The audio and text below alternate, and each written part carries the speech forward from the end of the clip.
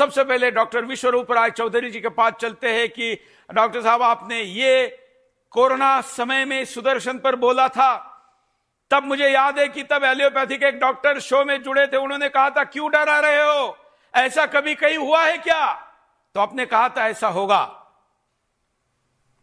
धन्यवाद सुरेश जी, आपने पहली बात तो मौका दिया मुझे तब जब सारे यूट्यूब चैनल बंद हो गए थे मेरे। वो टाइम था जब वैक्सीन आई नहीं थी, 2020 की बात। वैक्सीन आने वाली थी, बस ये अनाउंसमेंट था। और तब मैंने बोला था, आपके चैनल में आके ही बोला था कि भाई ये वैक्सीन लगाने से लोग खड़े खड़े मरेंगे, पैरालिसिस होगी, कार्डियक अरेस्ट होगा, हार्ट अटैक होगा। ये उस वक्त कोई प्रिडिक्शन नहीं था। उस वक्त बेस्ड ऑन द साइंस ये कोविड वैक्सीन के इंग्रेडिएंट जिस तरह से वो बन रहे थे, उस प्रोसेस को समझने के बाद ये कंक्लूजन निकला कि ये तो वैक्सीन नहीं है, वैक्सीन के नाम पे एक जहर दिया जा रहा है, we can call it a slow poison.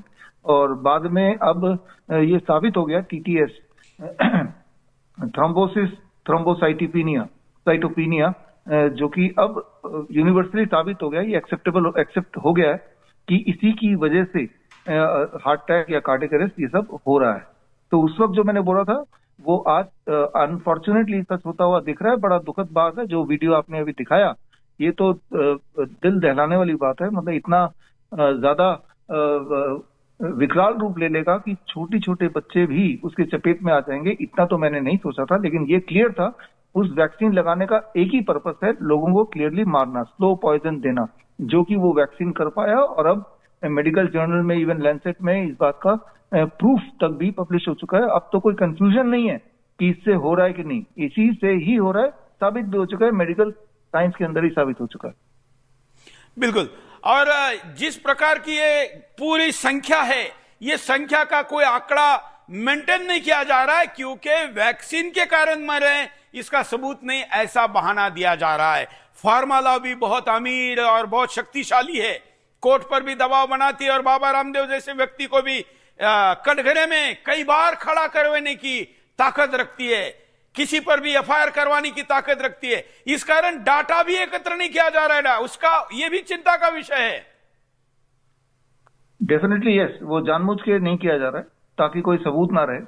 लेकिन अगर हम देखें तो जो मेरे हिसाब से नॉर्मली जितना हार्ट अटैक होता था उसके करीब 100 गुना, नॉट प्रतिशत, 100 गुना ज्यादा हार्ट अटैक के केसेस आ रहे हैं। और सिर्फ ये हार्ट अटैक की बात नहीं, डेथ की बात नहीं, सारे लोग नहीं मरते हैं इस वैक्सीन से।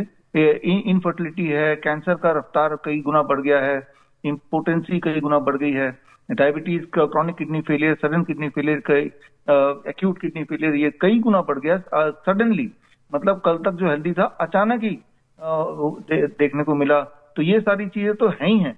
बिसाइड जो मर गया वो तो बच गया एक तरह से, कि वो चला गया दुनिया से, लेकिन जो है और इसकी वजह से वो बीमार है और बीमारी झेल रहा है, तो वो उसकी तादाद कई गुना है, कई ज्यादा उसकी तादाद है, जो कि लोग फील भी करते हैं, एक्सपीरियंस करते हैं। तो ये भी आज का सच है।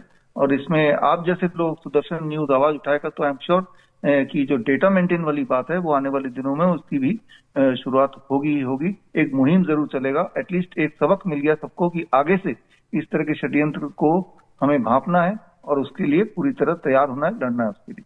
सुदर्शन छोड़ के तो खैर कोई भी इस विषय पर शो ही नहीं कर रहा है। आप जानते हैं कि फार्मा लॉबी के दबाव में कोई इस पर बोलने को तैयार नहीं है। देखिए, भारत की बात तो छोड़ ही दीजिए, जहां तक मैं जानता हूं पूरे दुनिया में जितना भी मेन स्ट्रीम चैनल बोले, जैसे आपका है, मैंने नहीं देखा किसी मेन स्ट्रीम चैनल ने इस मुद्दे को उठाया, ना तो तब उठाया ना अब उठा रहे हैं। मुंह दबे मुंह से तो कोई कोई बोल रहा है, लेकिन इतने ओपनली जिस तरह से आपने आज का कार्यक्रम भी रखा, ये पूरे दुनिया में, चाहे वो CNN हो, चाहे वो BBC हो, किसी ने ना तो तब उठाने की हिम्मत की, ना ही अब उठा रहे हैं। जबकि अब तो मेडिकल जर्नल में साबित हो गया, उसके बावजूद भी, कोर्ट में साबित हो गया, उसके बावजूद भी वो लोग दबे हुए हैं। आप सही बोल रहे हैं, they are being funded by the pharma company, तो वो इसीलिए वो दबे हुए हैं।